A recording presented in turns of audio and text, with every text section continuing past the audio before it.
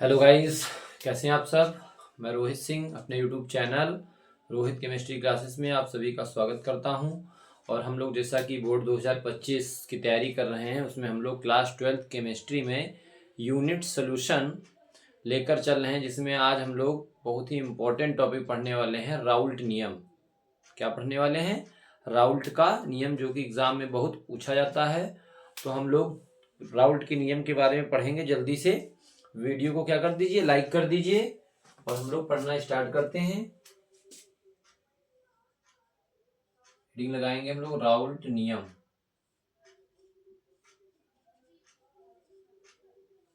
और जो राउल्ट नियम है, ये द्रव द्रव विलयन के लिए है।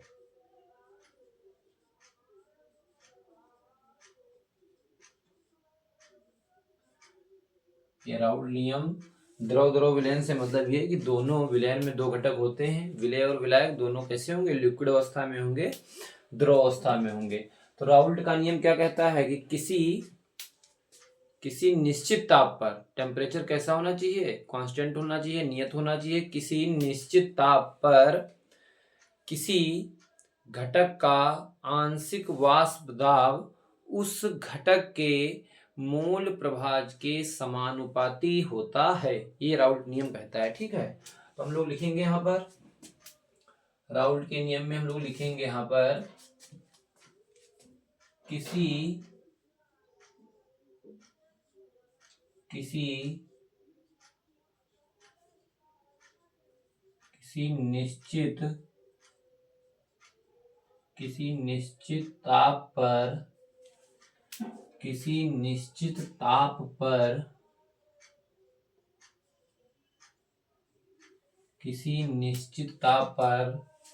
द्रव द्रव विलयन के लिख देंगे यहाँ पर। किसी निश्चित ताप पर द्रव द्रव विलयन के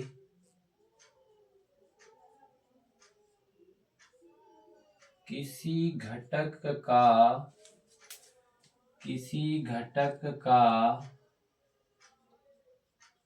आंशिक वाष्प दाब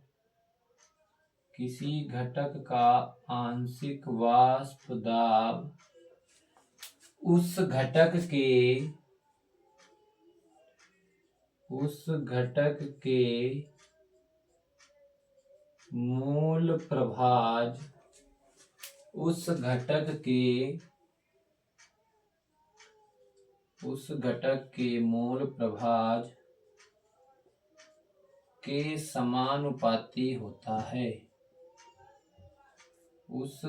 के मूल प्रभाज के समानुपाती होता है। ठीक है, तो जो राउल्ट ने बताया, किसी निश्चित ताप पर जो द्रव द्रव विलयन होगा, उससे किसी भी घटक का, अगर कोई द्रव है उसमें जो घटक हैं दो हैं, दोनों घटक ऐसे हैं द्रव अवस्था में हैं, तो मान लेते हैं घटक ए होगा और दूसरा घटक मान लेते हैं बी होगा। तो दोनों घटक ए और घटक बी का जो आंशिक वाष्प दाब होगा वह उस घटक के, यानी कि ए और बी जो घटक रहे होंगे, उनके मूल प्रभाज के समानुपाती होता है। ये बात कही राउल्ट ने। यदि हम लोग माना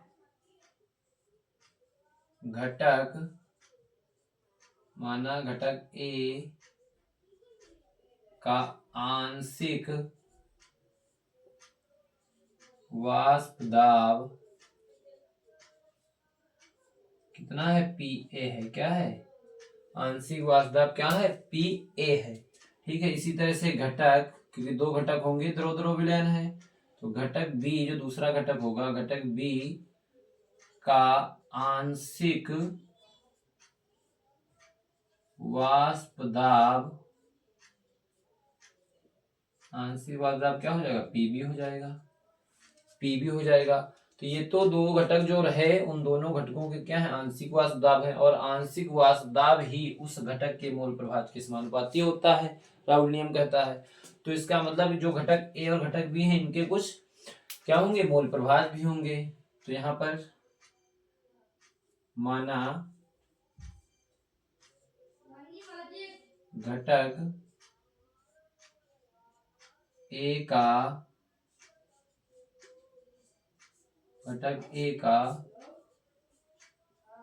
मोल प्रभाज क्या हो जाएगा? मोल प्रभाज को x से दिखाते हैं, ए का है तो x से। इसी तरह से घटक b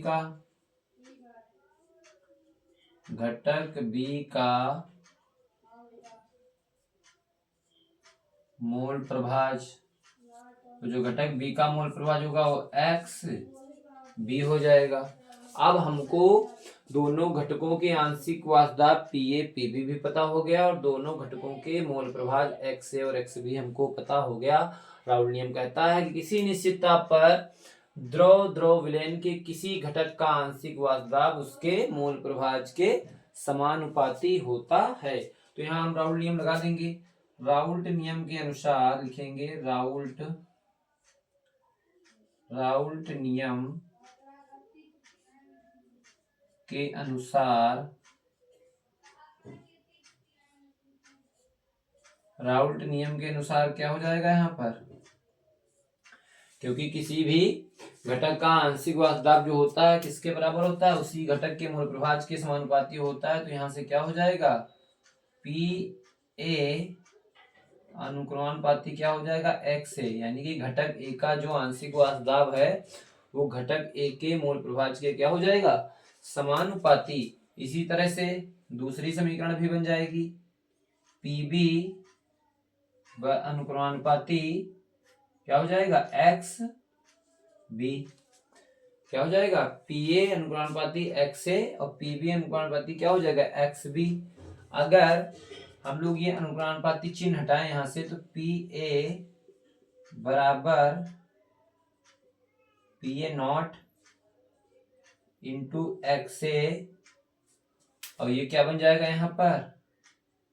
दूसरा वाला ये भी क्या बन जाएगा? Pb अनुक्रमानुपाती चिन्ह हटाएंगे तो आ जाएगा Pb नॉट इंटू XB। ठीक है, ये दो बन जाएंगे समीकरण। अब जहां ये Pa और Pb नॉट क्या है यहां लिख लेंगे, जहां Pa नॉट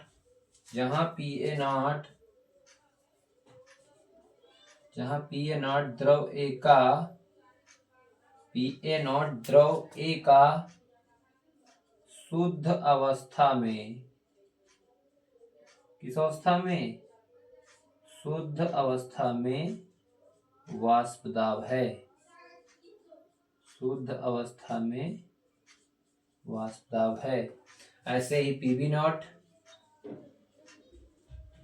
भी क्या है? द्रव B का शुद्ध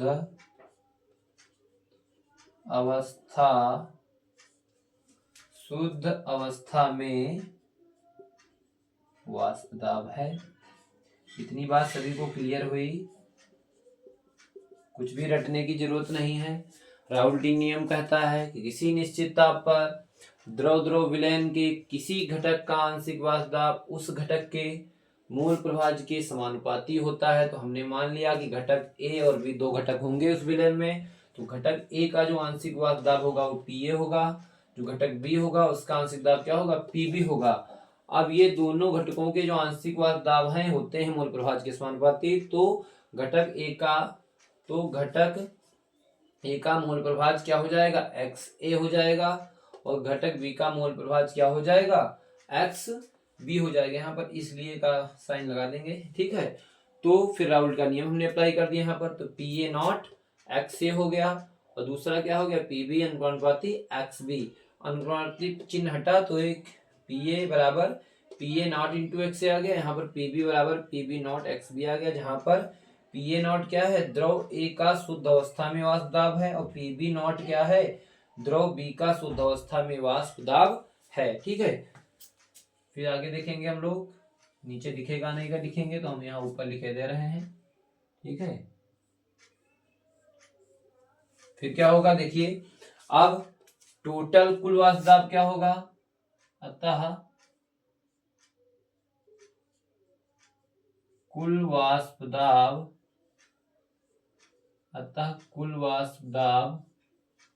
P क्या हो जाएगा, P बराबर क्या हो जाएगा, P A plus P B. और कुल दाब क्या हो जाएगा, पी ए का मान देखो यहाँ पर क्या है, पी ए की जगह पर हम क्या लिख सकते हैं, P A not into X A, P A not into X A plus PB की जगह पर देखो क्या लिख सकते हैं, पीबी बराबर पीबी नॉट एक्स बी। तो यहां लिख सकते हैं PB not into X B.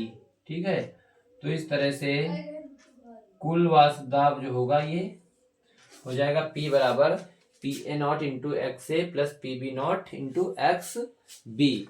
और अगर हम लोग यहाँ पर एक ग्राफ देखें, किसके किसके बीच ग्राफ देखें, अगर हम लोग ग्राफ देखें यहाँ पर, अगर हम लोग यहाँ पर ग्राफ देखें वाष्प दाब, अगर हम लोग वहां यहाँ पर ग्राफ देखें किसके बीच में, वाष्प दाब और मोल प्रभाज यानी एक्स, मोल प्रभाज के बीच में अगर हम लोग यहाँ पर ग्राफ देखें, तो अगर घटक ए क्या है, घटक ए जो हमने लिया था, दो घटक थे, घटक ए और घटक बी, तो जो घटक ए होगा उसका अगर यहाँ पे आंशिक, इसका घटक ए का जो मूल प्रभाज होगा एक्स ए क्या हो 1, क्या हो एक्स ए बराबर क्या हो 1, तो यहाँ पर एक्स ए जो घटक ए का मूल प्रभाज हो क्या हो 0, क्या हो, जब यहाँ पर क्या हो एक्स ए बराबर 1 हो और यहाँ पर एक्स ए बराबर क्या हो 0 हो, तो जब एक्स ए यानी घटक ए का जो मोल प्रभाज का मान अगर 1 है, मान 1 है, तो इसका मतलब यह है कि यहाँ पर जो घटक ए का शुद्ध अवस्था में आंशिक वाष्प दाब होगा P A not, P A not वो क्या होगा अधिकतम, यहाँ पर होगा मान लो इसी घटक का जो शुद्ध अवस्था में वाष्प दाब होगा पी ए नॉट क्या होगा, वो अपनी अधिकतम अवस्था में होगा, मान लेते हैं यहाँ पर ऊपर होगा। तो जब एक्स ए बराबर 1 था तो घटक ए का जो शुद्ध अवस्था में आंशिक वाष्प दाब था वो क्या था, अधिकतम था, और जब एक्स ए मूल प्रभाव घटक ए का मूल प्रभाव 0 होगा तो यही जो शुद्ध अवस्था में द्रव्य का आंशिक क्या है, आंशिक वाष्प दाब है, वो क्या हो जाएगा, डाउन हो जाएगा। तो यहाँ से ऐसे ग्राफ बनेगा, ऐसे लाइन हम लोग बनाएंगे, यहाँ पर डैश डैश लाइन बनाएंगे, ग्राफ को समझ लेंगे आप लोग कायदे से, और अगर आप लोग ग्राफ को दे देंगे तो आपको नंबर पूरे मिलेंगे। यहाँ से क्या हो जाएगा, यहाँ क्या लिख सकते हैं, पी ए बराबर P A not into X A, और अगर फिर क्या करें, अगर घटक बी का मूल प्रभाज यहाँ पर क्या हो 0 और यहाँ पर जो घटक बी का मूल प्रभाज एक्स बी हो क्या हो 1 हो, क्या मान हो 1, तो जब एक्स बी 0 होगा तो यहाँ तो डाउन होगा, लेकिन एक्स बी का जब मान 1 होगा तो इस अवस्था में घटक बी का जो आंशिक वाष्प दाब होगा वो कहाँ, यहाँ पर कहीं अधिकतम अवस्था में होगा, पीबी नॉट यहाँ पर होगा कहीं। तो इसका मतलब यहाँ हम लोग ऐसे लाइन खींचेंगे, यहाँ से जाएगा ये,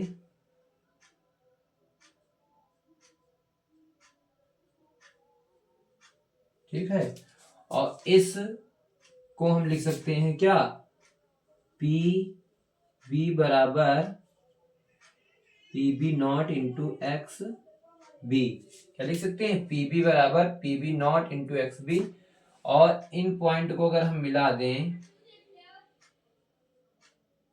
यहाँ पर एक पॉइंट मिल रहा है, इसको अगर मिला दें तो ये यहाँ पर क्या है, P बराबर क्या है P A plus P B. ठीक है, तो ये हम लोग वाष्प दाब और मोल प्रभाज के बीच ग्राफ भी राउल्ट नियम में दिखा सकते हैं।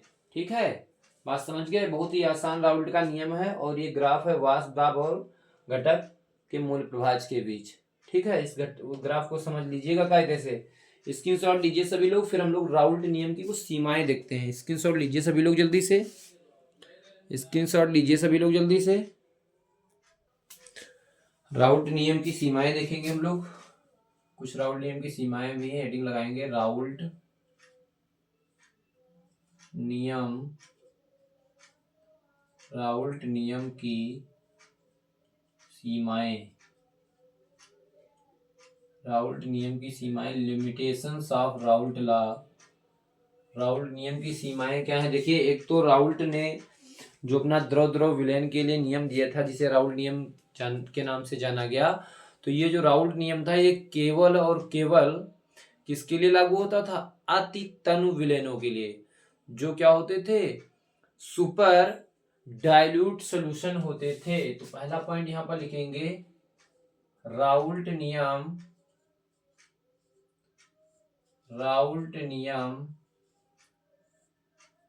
केवल अति तनु विलयनों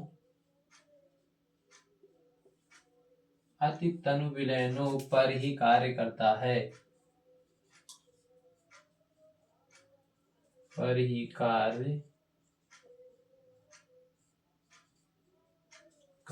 ठीक, बात समझ गए?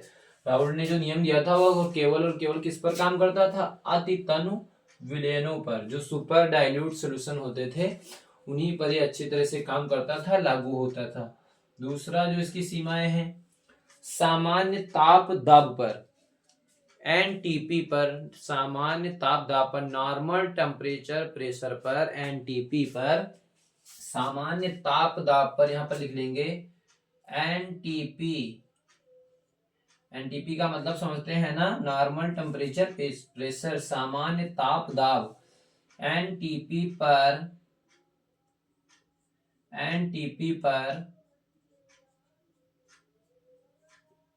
दोनों द्रव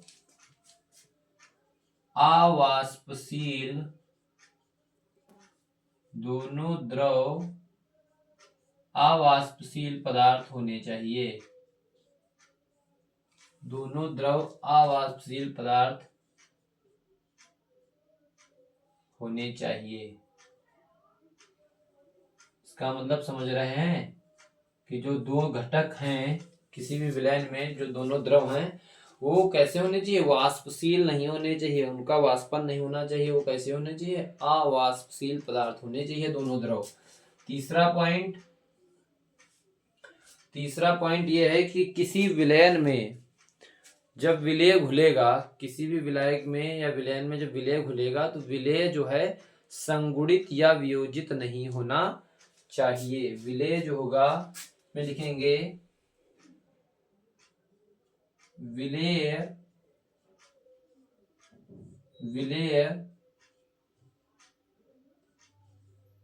किसी विलयन में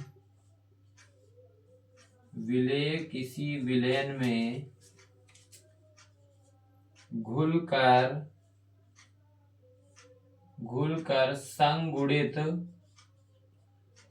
से मतलब यह है कि वो दोनों द्रव आपस में क्रिया करके जुड़ न जाए, क्रिया न कर ले, आपस में जुड़कर संगुणित या वियोजित का मतलब टूटे ना, संगुणित या वियोजित विलेय किसी विलयन में घुलकर संगुणित या वियोजित नहीं होना चाहिए। नहीं